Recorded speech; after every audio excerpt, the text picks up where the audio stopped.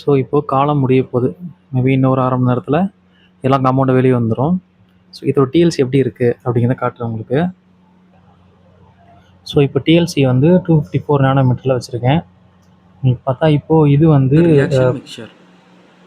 இது வந்து இப்போ காலத்துலேருந்து எடுத்த ஃப்ராக்ஷன் சிங்கிளாக தெரியுதா? இப்போ 393 ஆன் பண்ணுறேன், என்ன ஆகுதுன்னு பாருங்கள்.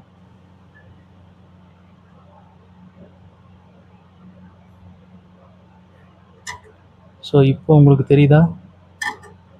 ஆக்சுவலாக இங்கே இதில் வந்து கீழே ஒரு ஸ்பாட் இருக்குது, இந்த இடத்துல இந்த ஸ்பாட்டுக்கு மேலே ஒரு ஸ்பாட் இருக்குது, மேலே இருக்குது, அப்புறம் அன்மூவ் ஸ்பாட் இருக்குது. ஸோ இங்கே வந்து கீழே ஒரு அன்மூவ் ஸ்பாட் இருக்குது, இந்த ஃப்ராக்ஷன் இருக்குது. நீங்கள் கொஞ்சம் இது கவனிச்சிங்கன்னா தெரியும், இந்த ஸ்பாட் வராமலே கீழே இருக்க ஸ்பாட் வந்திருக்கு. ஸோ இதுக்கு ரீசன் என்னவாக இருக்கலாம்னா, இந்த காம்பவுண்ட் வந்து இந்த சிலிக்கா ஜெல் கோட்டிங்கில் அன்ஸ்டேபிளாக இருக்கும். டிஎல்சி வந்து சிலிக்கா ஜெல் சிலிக்கான் டை ஆக்சைடில் கோட் ஆகிருக்கும். அது வந்து கொஞ்சம் அசிடிக் நேச்சர். ஸோ இப்போ என்ன ஆகும்னா, இந்த அசிடிக் மீடியத்தில் இது பிரேக் ஆகிறதுக்கான சான்ஸ் இருக்குது. ஸோ அதனால அது அன்மூவபுளாக இருக்குது. ஏன்னா இதுலேயுமே நீங்கள் கவனிச்சிங்கன்னா நடுவில் ரெட் ஆரஞ்சு இருக்கா, இதை சுற்றி உங்களுக்கு வேறு கலரை உங்களால் பார்க்க முடியும். ஸோ இதுக்கான ரீசனுமே இது வந்து காம்பவுண்ட் இந்த சிலிக்கான் ஜெல் இந்த டிஎல்சியில் வந்து அன்ஸ்டேபிளாக இருக்க தான் சான்ஸ் இருக்குது.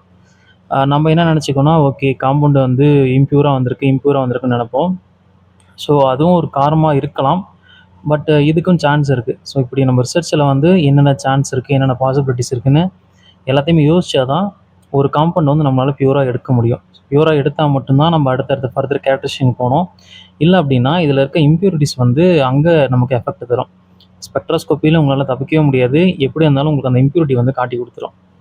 ஸோ அதான் நான் இந்த டிஎல்சி வச்சு சொல்லணும்னு நினச்சது. எல்லா டவுட் இருந்தால் கேளுங்க, நான் எக்ஸ்பிளைன் பண்ண ட்ரை பண்ணுறேன். பாய்.